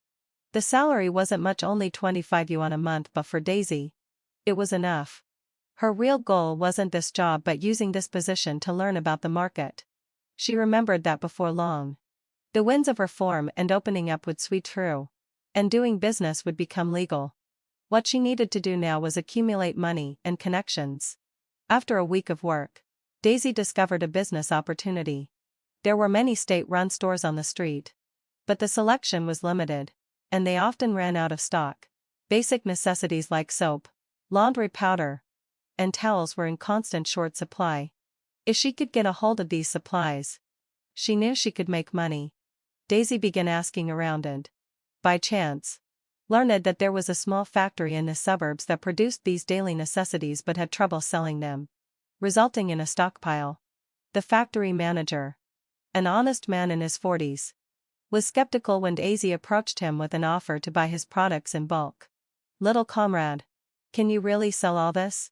Felix asked, uncertain. "Felix? Just tell me what price you're asking." Daisy cut to the chase. Felix quoted a price that was 30% lower than the state-run store's wholesale price. Daisy immediately agreed, ordering a batch of goods and paying half the deposit. The next challenge was finding buyers. Taking advantage of her position at the neighborhood committee, Daisy reached out to several supply and marketing cooperatives and small shops in the area. They were all short on stock, and when they heard about the cheap daily necessities, they quickly placed orders. The first batch sold out quickly, and Daisy made a profit of over 200 yuan. Iris was stunned when she saw the money. "Daisy, what kind of business are you doing? How is it so profitable?" "Sis, it's not the right time to talk about it," Daisy said, putting the money away. "When the time's right, I'll tell you." While Daisy's business was thriving, things were far from calm for Adrian. Ever since Daisy left, his mood had been terrible. He kept making mistakes at work, and his superiors had already called him in for several talks. To make matters worse, Snow began showing up around him more often. When Daisy was still around, he could keep his distance. But now that they were divorced, Snow had become bolder. "Adrian, I heard you got divorced?" Snow stopped him again after work one day. "Yeah," Adrian replied absentmindedly. "Living alone must be tough." "Huh?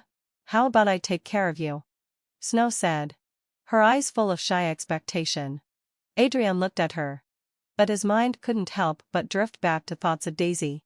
Strangely enough, he realized that he felt nothing for the young, beautiful college student standing before him.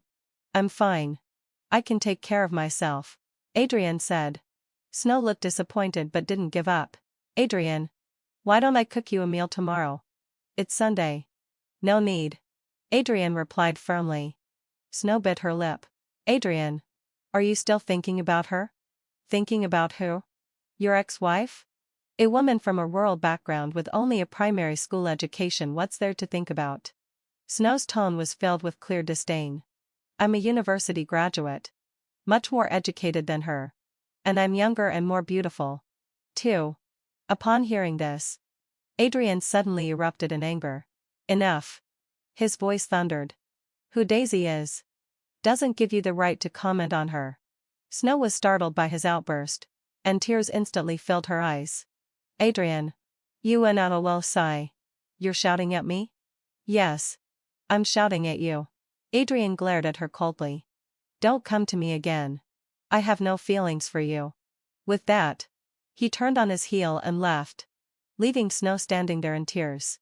Back home, Adrian stood in the empty house, a wave of regret flooding over him like never before. He began to long for the days when Daisy was there, her cooking, the way she hung his uniforms in the yard, the image of her mending his military uniforms under the dim light. But now, it was all too late. Chapter 4. 2 months later, Daisy's business was thriving. She not only took on all of Felix's goods but had also reached out to several small factories, forming a small sales network. One day, while she was busy with inventory at the shop, She suddenly heard someone calling her name at the door. Daisy. Daisy looked up and saw Victor. With a young officer beside him. A battalion commander by the looks of his epaulets. Victor? Daisy was surprised. What brings you here? I'm here for a meeting in the provincial capital and heard you were here. So I thought I'd drop by and see you. Victor glanced around the small shop. So you're in business now? Yes, having fulfilled my session. Just a small trade to make ends meet. Daisy said inferiorly. Victor nodded before asking. Daisy, is there really no chance for you and Adrian to reconcile? Daisy was momentarily stunned. Victor. What do you mean by that? I can tell Adrian regrets it. Since you two divorced. He's changed. He's been distracted at work. And even the division commander has talked to him a few times. Snow is always around him. But he shows no interest in her at all. At this, a complicated mix of emotions stirred inside Daisy. In her past life, Adrian had married Snow just 3 months after their divorce. How had things changed now? Victor. Our divorce was mutual. Since we divorced, we won't be getting back together, Daisy said resolutely. Daisy. Don't be so stubborn. Victor said gently. I know Adrian made mistakes in the past, but now he really regrets it. You were together for 5 years, there's still some affection left. Affection? Daisy sneered. If there was affection, would he have asked for a divorce? That's because. Victor tried to explain but was interrupted by Daisy. Victor. No matter the reason. A divorce is a divorce. I'm doing fine now. And I don't want to look back. Daisy's tone was firm. Victor looked at her. Sighing. He could sense that Daisy was different now. The gentle, submissive Daisy he once knew had transformed into someone strong and resolute. So what if Adrian comes looking for you? Victor asked. He won't. Daisy said calmly. And even if he does, I won't see him. Victor knew there was no use continuing the conversation. He left his address before departing. Daisy.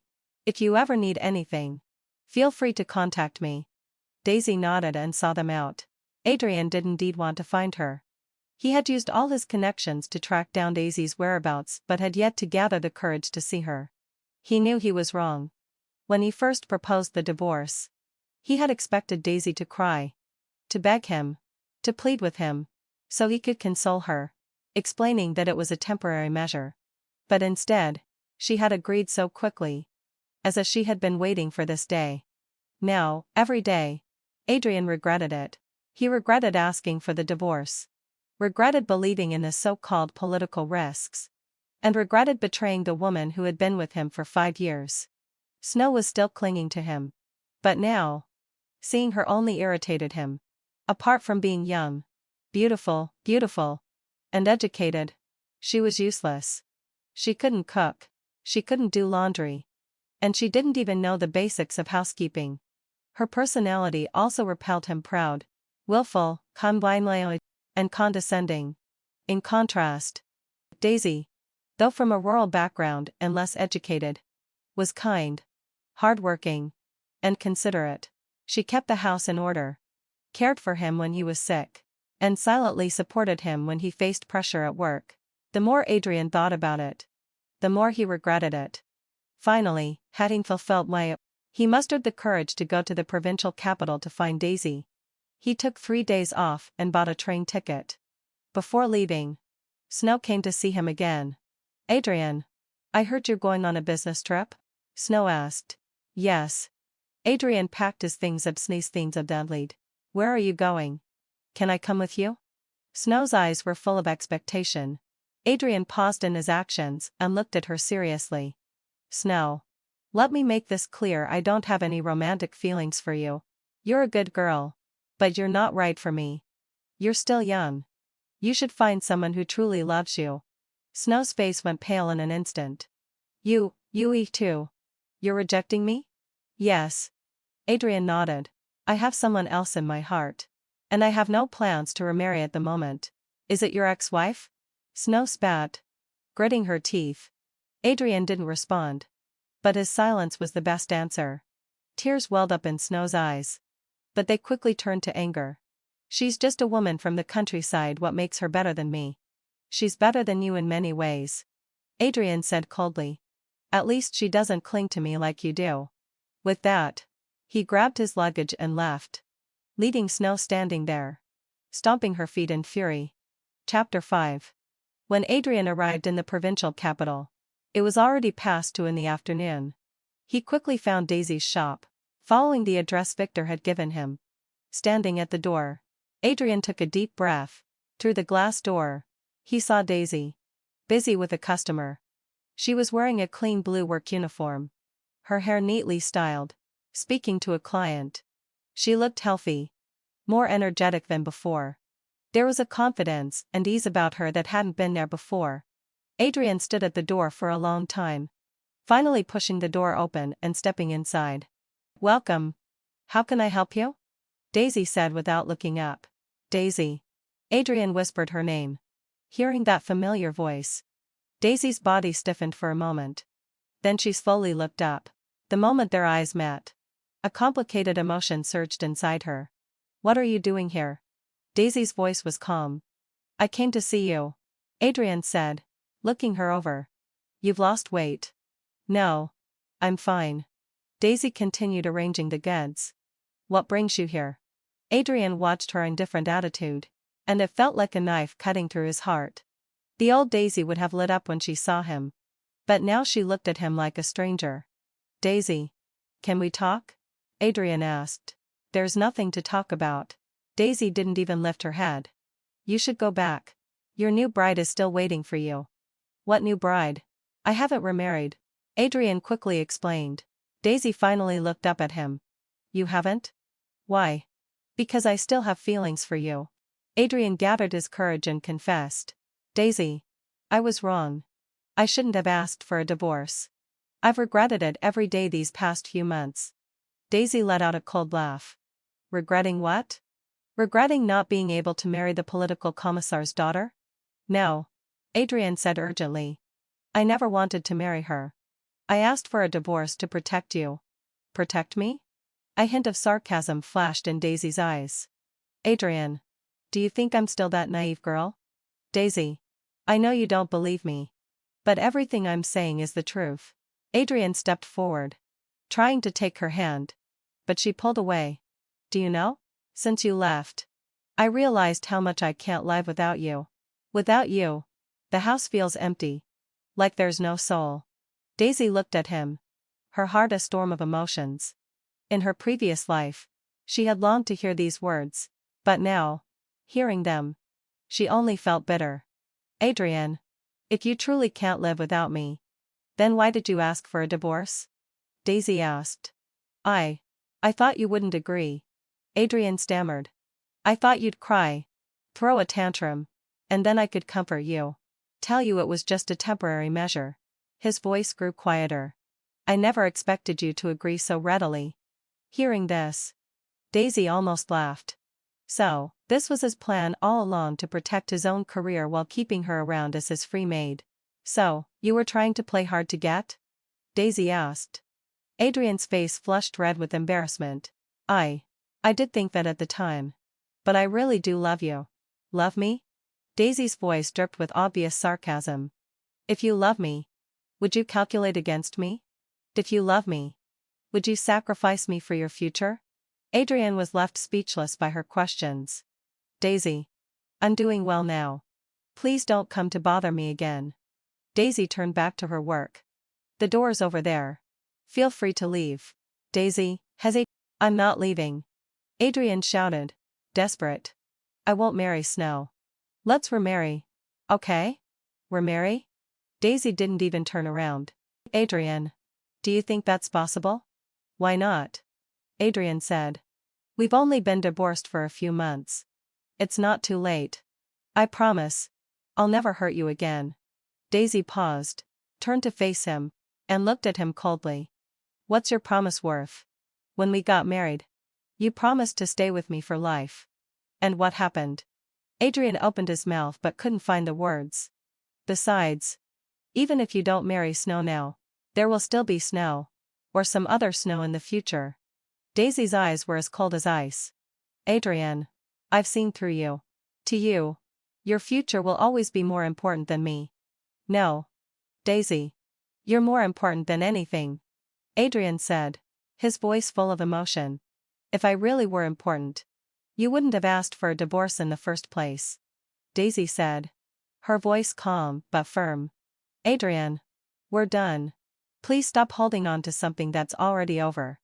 Adrian looked at her resolutely closed-off demeanor, and a wave of despair washed over him. It suddenly hit him he had truly lost her. And he had lost her forever. Chapter 6. Adrian stayed in the provincial capital for 3 days, visiting Daisy's store every day. But she remained as cold as ever towards him. Sometimes, when there were customers, she focused solely on serving them, completely ignoring his presence. Other times, when there were no customers, she would lower her head and focus on her own work, not speaking to him at all. On the third night, Adrian couldn't hold it in anymore. Daisy. Do you really have no feelings left for me? Adrian asked.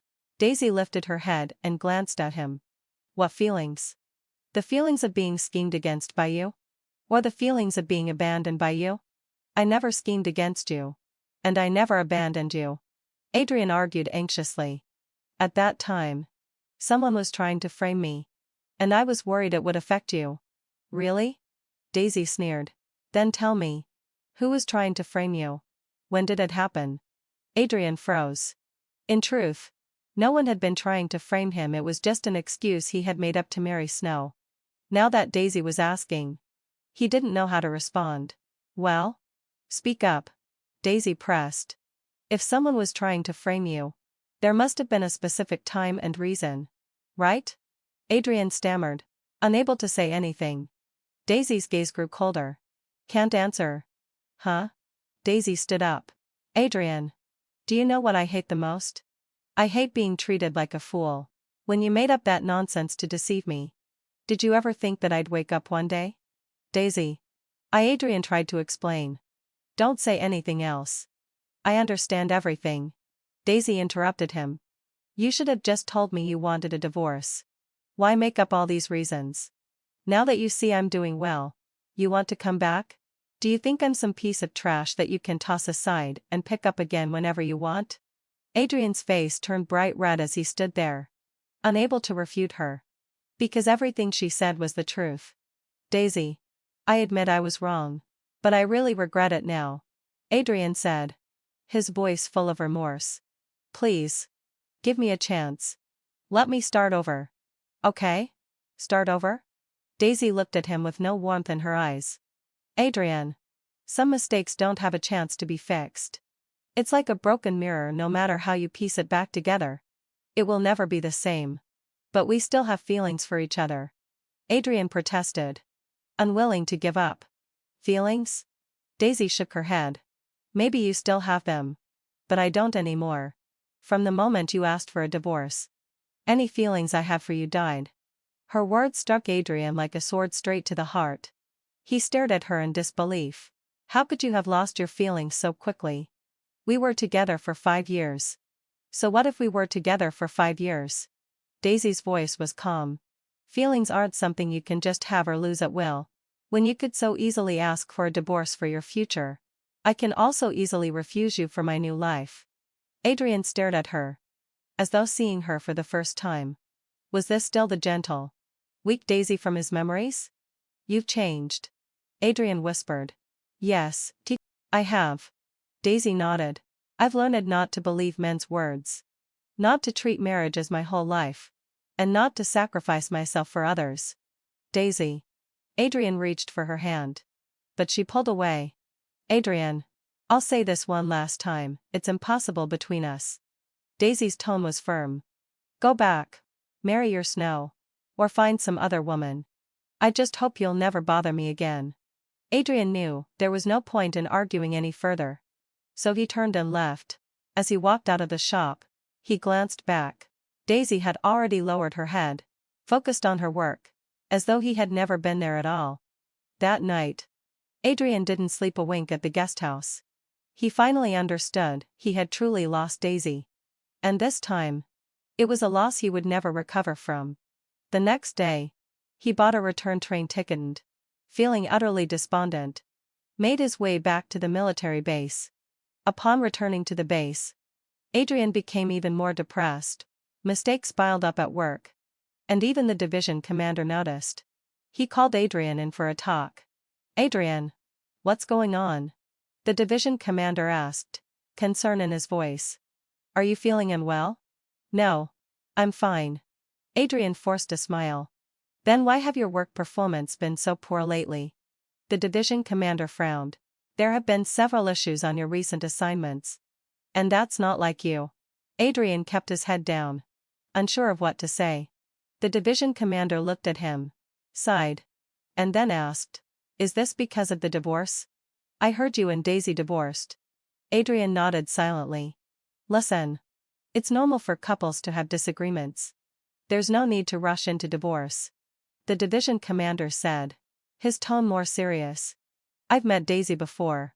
She's a good girl. Have you considered trying to reconcile?" "She doesn't want to," Adrian said with a bitter smile. "I went to see her, and she turned me away." The division commander was surprised. "Really? Daisy always seemed to love you. Why would she refuse to reconcile?" "Because I broke her heart," Adrian said. "Commander, I really regret it. But it's too late now." Chapter 7. While Adrian sank into his gloom, Daisy's business continued to grow. She not only expanded her inventory but also began exploring new areas. One day, Iris came running into the shop, excited to share some news. "Daisy, I heard they're going to legalize private business soon. From now on, it'll be legal to do business." Daisy's heart leapt in her chest. She knew this day was finally coming.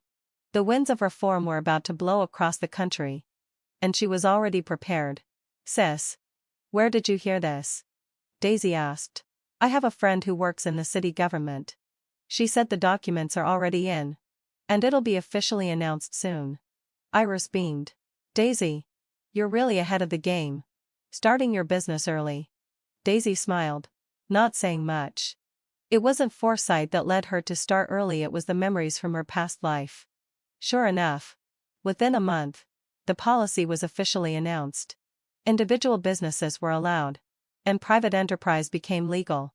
The whole society buzzed with excitement. Daisy seized the opportunity and formally registered her shop. She also hired 2 employees. Her business flourished, and her assets grew rapidly. Just then, an unexpected visitor arrived at her shop. "Excuse me, is this Daisy's shop?" a young man in a military uniform asked. Daisy looked up and didn't recognize him. "I'm Daisy. How can I help you?" "I'm a communications officer from the division headquarters. Snow sent me here," the young man said. "The division commander would like to meet with you." Daisy was taken aback. "The division commander? Which division commander?" "The one above Adrian. Our division commander." Snow explained.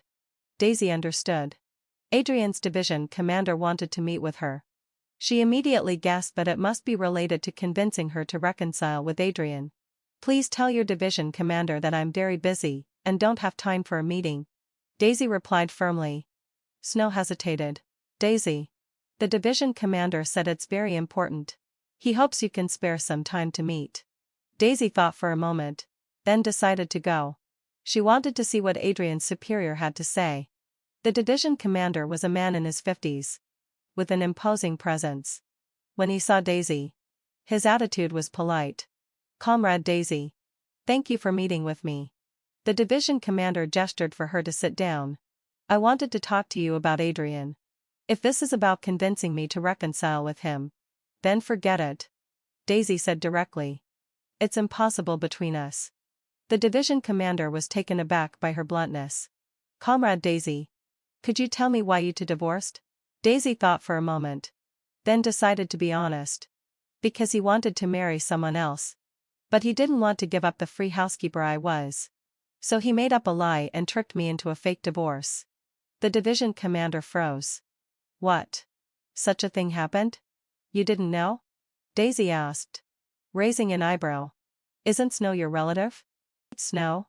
The political officer's daughter?" The division commander was even more confused. "What does she have to do with this?" Daisy could tell by his expression that he wasn't pretending. And she began to doubt if he really didn't know the truth. Could it be that the division commander was unaware of Adrian's plans to marry Snow? Division commander. You didn't know that Adrian wanted to marry Snow? Daisy asked. I really didn't know. The division commander shook his head. But I know that Snow has been chasing Adrian for a while. But Adrian has no interest in her. Daisy's heart skipped a beat.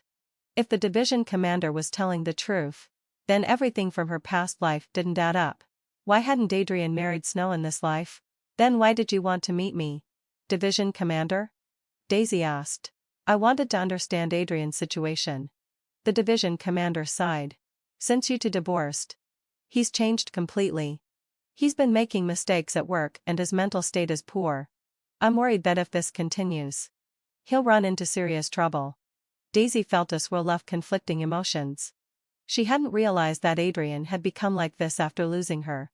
Comrade Daisy. I'm not here to try to get you to reconcile. The division commander said. I just want to know what Adrian did to make you leave him so decisively. Daisy paused for a moment. Then recounted everything that had happened. After hearing her story, the division commander's face darkened. Bastard. The division commander slammed his fist on the table. How could he do that to you? It's in the past now. Daisy said softly. I'm doing fine. And I don't want to talk about it anymore. The division commander looked at her. A hint of guilt in his eyes. On behalf of the organization, I apologize to you. Adrian's actions were indeed too much. We'll deal with it seriously. There's no need for that. Daisy shook her head. I don't want to pursue it any further.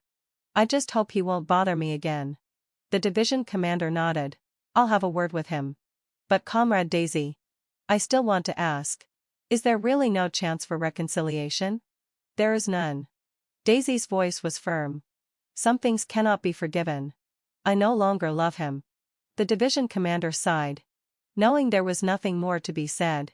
That night, after his conversation with the division commander, Adrian got drunk. He sat alone in his house, staring at the empty rooms, his heart filled with endless regret. He hadn't expected Daisy to tell the division commander the truth, nor had he anticipated that the division commander would be so furious with him. Adrian, you've really disappointed me. The division commander's words echoed in his mind. How could you treat such a good girl like that? Yes, hadn't fulfilled my obsession. Daisy was indeed a good girl. She was kind, hardworking, and thoughtful, taking care of him meticulously. Yet, for a fleeting political future, he had ruthlessly hurt her. Now, Snow was still clinging to him. But he felt nothing but annoyance toward her. Compared to Daisy, Snow, though young, beautiful, and educated, had nothing else to offer. The more Adrian thought about it, the more regret and pain filled him. He began to understand that he hadn't just lost a wife. He had lost someone who truly loved him. The next day, Adrian, still drunk, went to see his superior, requesting a transfer. I want to apply for a transfer to the border, Adrian said. His superior looked at him, noting how haggard he appeared, and sighed. Adrian, you're running away. I'm not running away. I want to start over. Adrian replied. If I stay here, all I'll do is think of Daisy and my mistakes. His superior thought for a moment and then nodded. All right. Maybe a change of environment will do you good. But I have one condition. What condition? You must apologize to Daisy. A formal, sincere apology, his superior said. Then, let out a low sigh. Write a self-reflection and submit it to the organization. Adrian nodded. He knew he had to do this. Not to earn forgiveness, but for peace of mind. A few days later, Adrian returned to the provincial capital. This time, he wasn't there to pester Daisy. He was there to apologize. When Daisy saw him, her face immediately turned cold. Why are you here again? Daisy. I'm here to apologize to you. Adrian said. I know you won't forgive me. But I need to say it. Daisy stared at him, saying nothing. I admit it. The reason I asked for a divorce was to marry Snow. Adrian lowered his head. I thought you would cry and make a scene. And then I could comfort you. tell you it was just a temporary measure. I wanted to protect my future and not lose you. I know this idea was despicable and selfish. Adrian continued. I'm sorry, Daisy. You've been with me for 5 years. And I treated you this way. I'm not human. Daisy listened quietly. Her heart moved. I know nothing I say will make a difference. I just want to tell you that I regret it, Adrian said. If there's an afterlife, I hope I can meet you again. Love you again. And not make the same mistakes. With that, Adrian bowed deeply and turned to leave. Daisy watched his retreating figure. A mix of emotions stirring inside her. This time, his apology seemed genuine. But it was too late. Adrian. Daisy called out to him. Adrian turned around. A glimmer of hope in his eyes. Don't come back again. Daisy said. Her tone indifferent. It's completely over between us. Adrian's heart shattered. He nodded and left. Not looking back. This time, he truly wouldn't return. A month later, Adrian was transferred to a border regiment in Jiang. And he never returned. When Daisy heard this news, she felt nothing. Her new life had just begun. And she didn't want the shadows of the past to affect her. Around this time, a new opportunity presented itself. Someone wanted to open a department store in the city center and needed a partner. After some investigation, Daisy decided to invest and take a stake in it. Chapter 9. In 1978, Daisy's department store officially opened. It was the first privately owned department store in the area, and its opening caused quite a stir. Major newspapers in the provincial capital reported on the event, and Daisy became a small-town celebrity entrepreneur. Not only did she own her department store, but she had also invested in several small factories. And her business was thriving. One day, as Daisy was busy at her store, she suddenly saw a familiar face. Daisy. Sister. A young girl ran over to her. Daisy looked closely. And it was her distant cousin, Sparrow. Sparrow was 5 years younger than her. And she was now about 18. Sparrow? What are you doing here?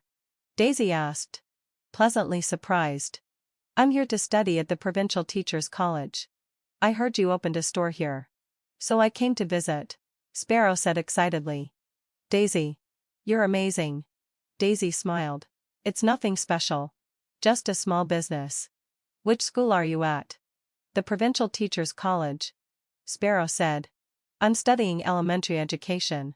I want to become a teacher. That's a great goal. Daisy nodded. Where are you staying? Are you having any difficulties? I'm staying in the school dorm. But money's a bit tight. Sparrow said. Looking embarrassed. How about this? Daisy said generously. I'll cover your living expenses from now on. Focus on your studies. And become a good teacher. Sparrow was so moved that tears welled up in her eyes. Daisy. You're so good to me. With Sparrow's company, Daisy's life became even more fulfilling.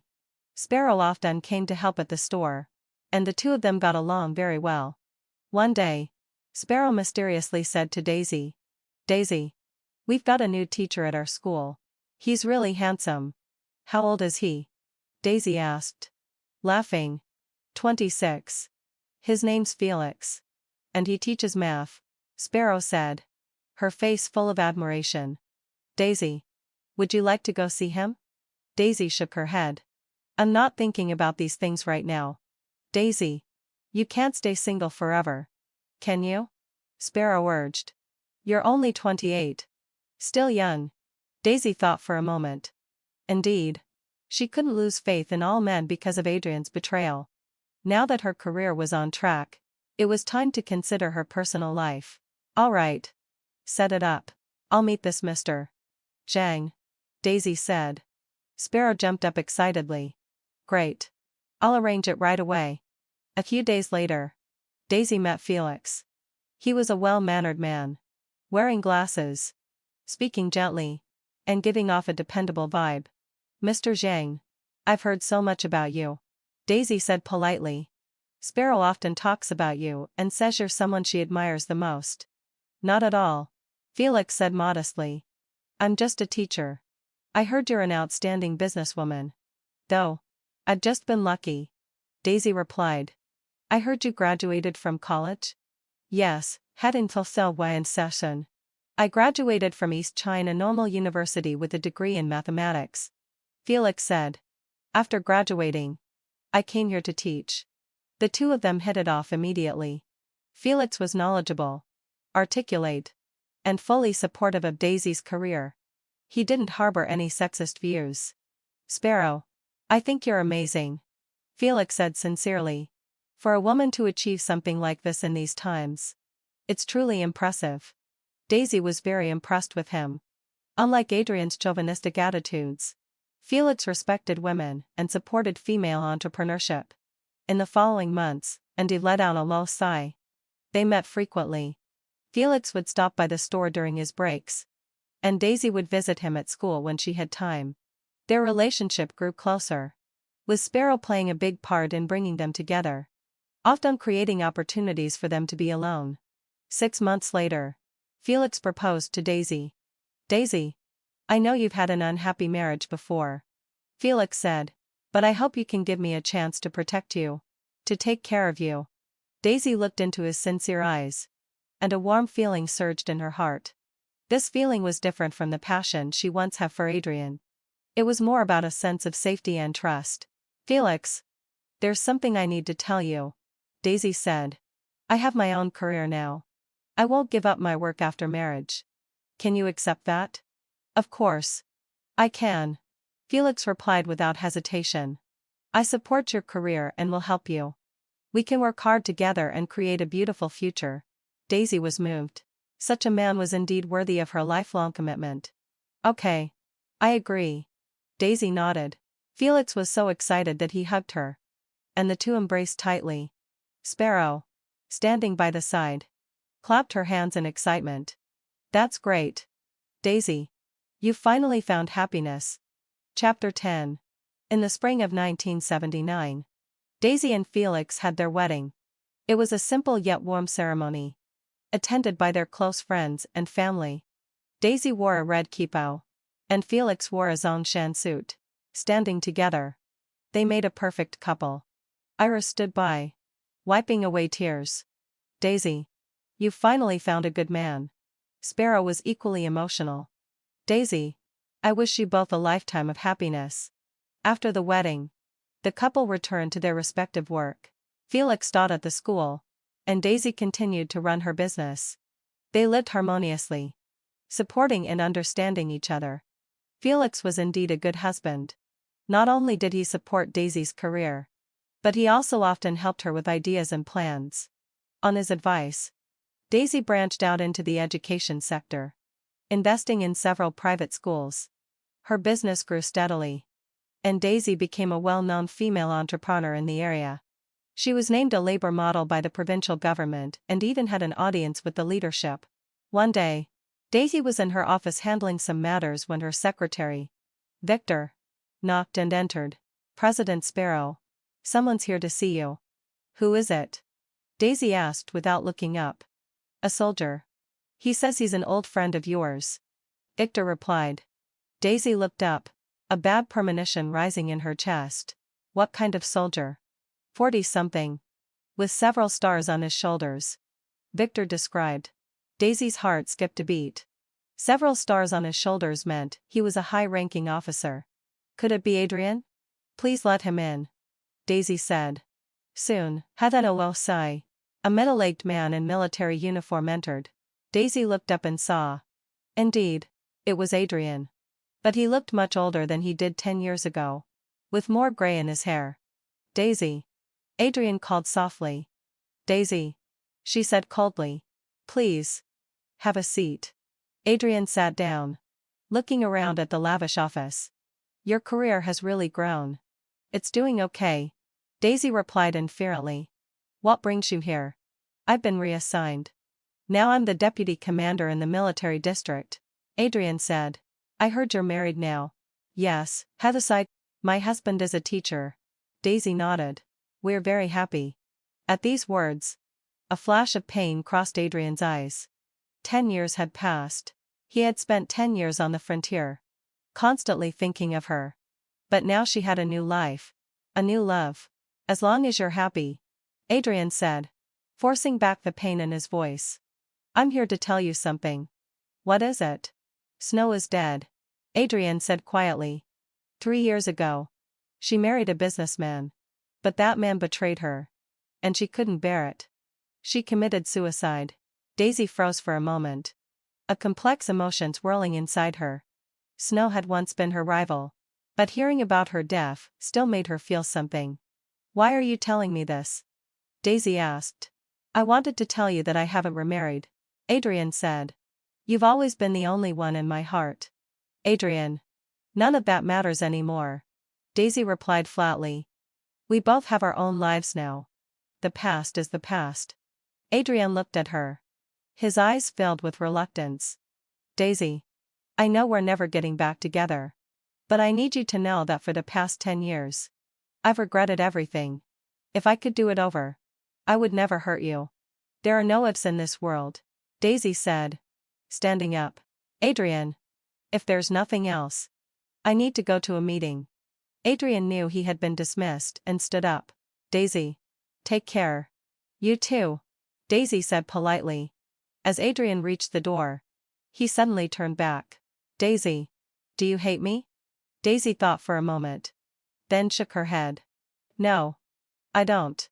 Hating someone is too exhausting. I just want to live a good life now. Adrian nodded and, without a word, left. Watching him walk away, Daisy felt no ripple in her heart. 10 years had been enough for her to let go of all the bitterness. Now, she had a loving husband, a successful career, and a bright future ahead. The pain of the past was just a small chapter in her life. When Daisy returned home that evening, Felix had already prepared dinner and was waiting for her. Why are you so late? Felix asked with concern. I ran into an old friend. Daisy said with a smile.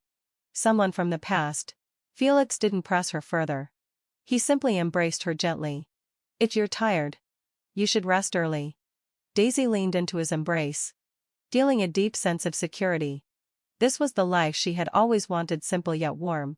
Peaceful yet filled with happiness. As for Adrian, let him carry his regrets and sorrow, continuing on his own journey. Daisy had already turned the page to a new chapter of her life.